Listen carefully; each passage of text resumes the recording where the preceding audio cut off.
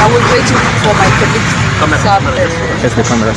Yeah, I was waiting for my colleagues to serve the notice of motion and also court papers. So I was taking water and I was all alone.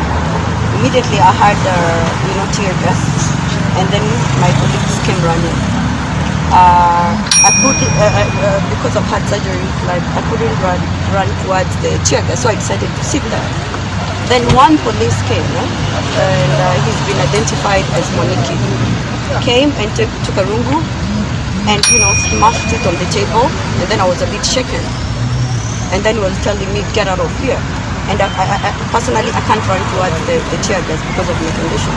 So when I told him, no, I can't go that way, he took the rungu himself and hit me here. When I tried to, he wanted to hit my face, and then I tried to block. That's when he hit my hand. And then 3 others joined him. They dragged me down and they started beating me from down. And I was all alone with no one else there, and there were 4 male policemen. And I was begging them to stop. They couldn't stop. Yes. So, fortunately or unfortunately, I don't know if media captured that. We did. Yes. So, and yeah, you can see I was not even resisting. I wasn't shouting. I was just seated, minding my own business, all alone in plenary.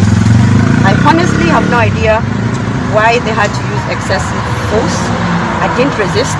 They even threatened to handcuff me.